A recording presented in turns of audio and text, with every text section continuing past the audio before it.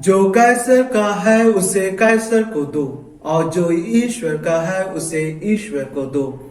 ख्रिस्त में प्यारे मसीही माता पिता भाइयों बहनों और मेरे प्यारे दोस्तों, आप सबों को पुनः यीशु मसीह का अनुग्रह, प्रेम और शांति मिले। हम मनुष्य स्वभाव से न सिर्फ एक सामाजिक प्राणी हैं, बल्कि एक धार्मिक व्यक्ति भी हैं। इसलिए हमारे समक्ष धार्मिक और सामाजिक दोनों उत्तरदायित्व है, दोनों कर्तव्य है।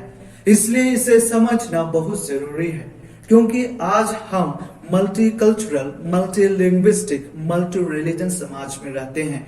इसलिए न सिर्फ हम किसी एक विशेष समाज या किसी एक विशेष धर्म या धार्मिक समुदाय से संबंध रखते हैं, लेकिन हम एक देश, एक राष्ट्र, एक समाज से भी संबंध रखते हैं। इसलिए हमारे समक्ष धार्मिक कर्तव्यों के साथ साथ सामाजिक कर्तव्य भी हैं, जिसे हर एक निवासी को पूरा करना जरूरी है। लेकिन समस्या तब होती है जब हम एक समाज के नागरिक के रूप में समाज के उत्थान के लिए, लोगों की भलाई के लिए हम कुछ सेवा का कार्य करना चाहते हैं, तो तुरंत उसे धर्म से जोड़ा जाता है। और धार्मिक नियमों और धार्मिक हुक्मों के अनुसार यदि हम समाज के लिए कुछ करना चाहते हैं या धर्म के लिए हम कुछ करना चाहते हैं, तो तुरंत उसको समाज के साथ जोड़ा जाता है और फिर वाद विवाद, आरोप प्रत्यारोप का दौर शुरू हो जाता है और हमें समझ में नहीं आता है कि हम करें तो क्या करें। बीच में जो दुविधा है उसको यीशु ख्रिस्त आज हम सबों के सामने स्पष्ट करना चाहते हैं। जैसे सुसमाचार में हम सुनते हैं कि फरीसी यीशु के पास आकर के यीशु से उनकी राय जानना चाहते थे कि ये क्या एक गैर यहूदी शासक को टैक्स देना उचित है या नहीं। और यीशु कहते हैं कि जो कैसर का है उसे कैसर को दे दो और जो ईश्वर का है उसे ईश्वर को दे दो। अर्थात यीशु के इस कथन को समझने के लिए हमें उसकी परिवृष्टि को जानना बहुत जरूरी है। और वो है पहला, यहूदी अधिकारी यीशु को धार्मिक और सामाजिक मुद्दों में फंसाना चाहते थे। वे रोमन साम्राज्य से नफरत करते थे, उन्हें टैक्स देना नहीं चाहते थे। दूसरा, वे यीशु को दुविधा में डालकर यह देखना चाहते थे कि यीशु यहूदी धर्म के प्रति कितना वफादार है।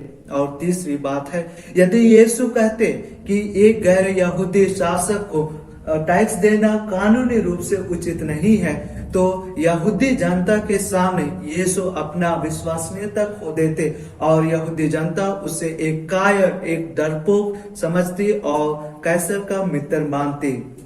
चौथी बात है, यदि यीशु कहते कि एक गैर यहूदी शासक को कानूनी तौर पर टैक्स देना उचित है, यीशु को रोमन साम्राज्य के हवाले कर देते, उसको उस पर ये इल्जाम लगाया जाता कि वो राजनीतिक मुसीबत खड़ा करने वाला व्यक्ति है और उसको गिरफ्तार कर लिया जाता, जैसे आजकल हम अपने समाज में देखते हैं। लेकिन यीशु उनके इस जाल से, इस फंदे से बचते उनको वह कोइन दिखाने के लिए कहता है, क्योंकि प्राचीन काल में कोइन का संबंध राजनीतिक शक्ति से थे।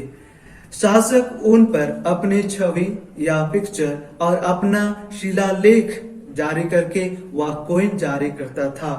सिक्के को उसकी निजी संपत्ति माने जाते थे और जहां जहां उस सिक्का का प्रचलन था, वैधता थी, मान्यता थी, वहां पे उस शासक का दबदबा था। जैसे अभी हमारे पूरे देश में डॉलर का दबदबा है और ये न सिर्फ अमेरिका को, लेकिन अमेरिका की शक्ति को, अमेरिका की वर्चस्व को दर्शाता है।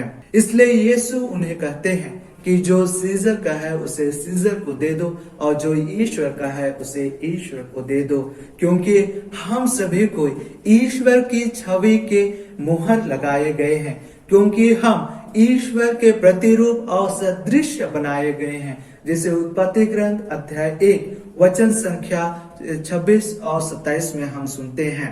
इसलिए यीशु हम सबों को सामाजिक कर्तव्यों के साथ साथ धार्मिक कर्तव्यों को भी करने के लिए प्रोत्साहित करते हैं।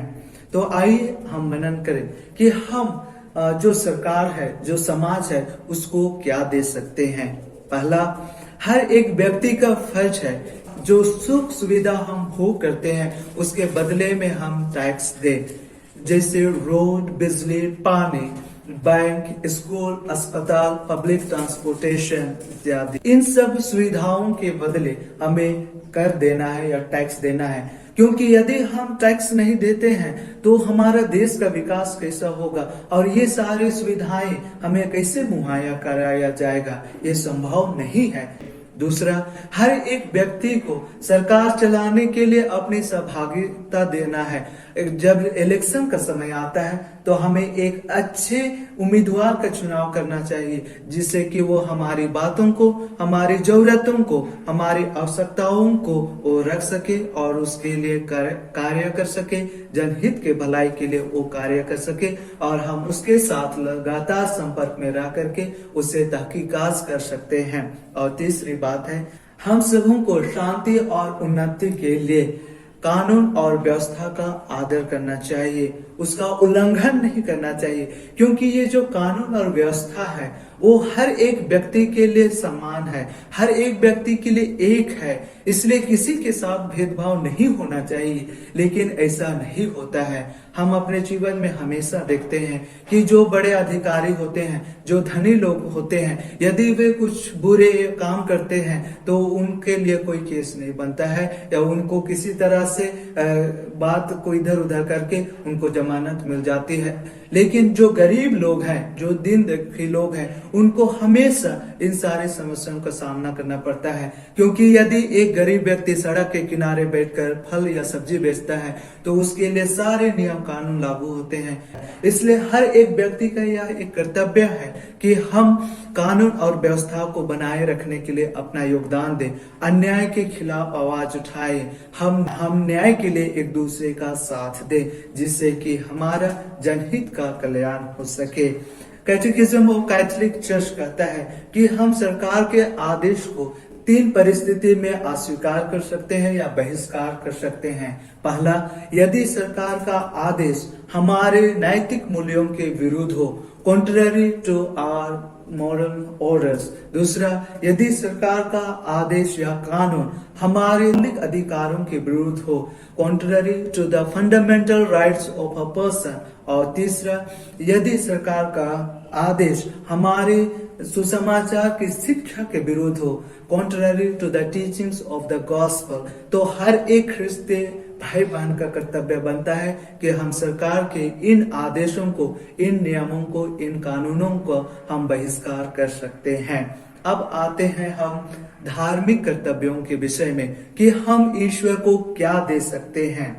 पहला, हम ईश्वर को उसके सृष्टि कार्य में सहभागी होकर के ईश्वर को अपने आप को दे सकते हैं। दूसरा, ईश्वर द्वारा दिए गए सभी उपकारों के लिए, आशीष और कृपा के लिए हम धन्यवाद का, स्तुति और प्रशंसा का बलिदान चढ़ा सकते हैं। तीसरा, रविवारीय मिस्र पूजा में पूर्ण रूप से सहभागी होकर के हम अपने आप को ईश्वर को दे सकते हैं और कलीसिया के जो नियम है उसका हम बारीकी से पालन करके हम ईश्वर को अपने आप को दे सकते हैं। अपने घर परिवार में व्यक्तिगत और सामुदायिक प्रार्थना के लिए समय निकाल करके हम ईश्वर को दे सकते हैं।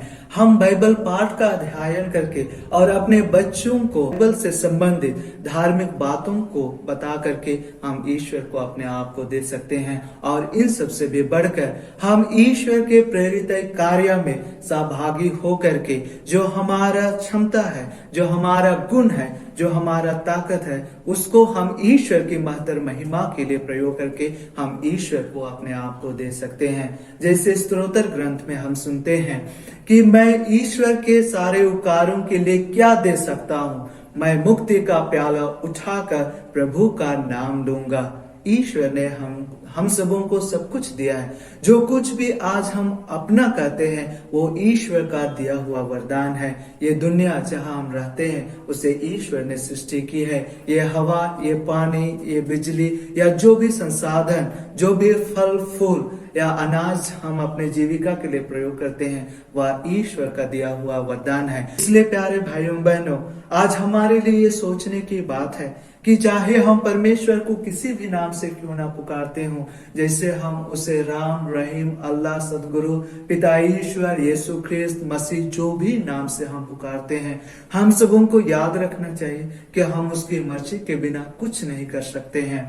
अध्याय 15 वचन संख्या 5 में हम सुनते हैं कि तुम मेरे बिना कुछ भी नहीं कर सकते हो और मेरे साथ रह करके सब कुछ कर सकते हो। अर्थात हम ईश्वर के साथ संयुक्त रह करके जीवन में आगे बढ़ सकते हैं, हम जीवन में सफल हो सकते हैं। अतः हम न सिर्फ अपने लिए बल्कि उस ईश्वर के लिए भी जीते हैं जिन्होंने हमें यह जीवन दान दिया है, और उससे भी बढ़ करके उन्होंने अपने पुत्र हमारे प्रभु यीशु मसीह ख्रिस्त के बहुमूल्य रक्त द्वारा हमें छुड़ाया है, हमें मुक्ति दी है। जिसे कुरिन्थियों के नाम संत पौलुस के पहले पत्र अध्याय 6 वचन संख्या 19 और 20 में हम सुनते हैं। इसलिए संत पौलुस हम सबों से आग्रह करते हैं कि हम ईश्वर को ये जो अपना शरीर है उसको एक जीवंत और सुग्राह्य बलि के रूप में चढ़ाएं, क्योंकि ईश्वर को यह प्रिय है। अर्थात ईश्वर को हम उसके उपकारों के लिए कुछ नहीं दे सकते हैं, लेकिन धन्यवाद, प्रशंसा और स्तुति का बलिदान चढ़ाते हुए ये जो अपना शरीर है उसको ईश्वर को समर्पित कर दें। इसलिए प्यारे भाइयों बहनों, जब तक हम इस दुनिया में हैं तब तक हम दो नागरिकता प्राप्त करते हैं। जन्म के साथ हम देश की नागरिकता प्राप्त करते हैं और बपतिस्मा के साथ हम ईश्वर के राज्य की नागरिकता प्राप्त करते हैं। यीशु ख्रिस्त हम सबों को या धर्म हम सबों को कभी नहीं सिखाती है कि हम समाज के विरुद्ध काम करें, लेकिन समाज के हित के लिए काम करें। और यीशु मसीह भी हम सबों से आज यही आग्रह करते हैं कि जब हम अपने धार्मिक कर्तव्यों को करते हैं तो हम सामाजिक कर्तव्यों को दरकिनार न कर दे, या जब हम सामाजिक कर्तव्यों को करते हैं तो अपने जो धार्मिक कर्तव्य है, अपने जो धार्मिक जिम्मेदारियां हैं उसको भी दरकिनार न कर दे, लेकिन दोनों के बीच में हम संतुलन रखें। ऐसा नहीं कि हम एक को दूसरे के ऊपर ओवरलैप करें। दोनों की अपनी अपनी महत्ता है, दोनों का अपना अपना स्थान है। इसलिए हम सबों को इन दोनों के बीच में संतुलन बनाते हुए जीवन में आगे बढ़ना है, क्योंकि हमारी जो आवश्यकता है, हमारी जो इच्छा है वो अनंत है, और उस अनंत इच्छा की पूर्ति हमें समाज भौतिक चीजों के द्वारा मुहैया करके करती है, और आंतरिक जो चीजें होती है उसको धर्म हमें पूरी करती है। अर्थात एक धार्मिक व्यक्ति वही है जो समाज के साथ में मेल प्रेम से रह सकता है, जो किसी के साथ भेदभाव नहीं करता है, वह एक मानवता के नाते वो समाज के हित के लिए, मानव के हित के लिए कार्य करता है। अतः आइए हम प्रार्थना करें कि हम अपने स्वार्थपूर्ण इच्छाओं से ऊपर उठ करके जनहित के लिए कार्य कर सके, अन्याय के विरुद्ध आवाज उठा सके, और लोगों के भलाई के लिए अपने जो भी जिम्मेदारी है, जो भी कर्तव्य है उसको कर सके। खुदा हम सबों को अपने आशीष और कृपा से भर दे। आमीन।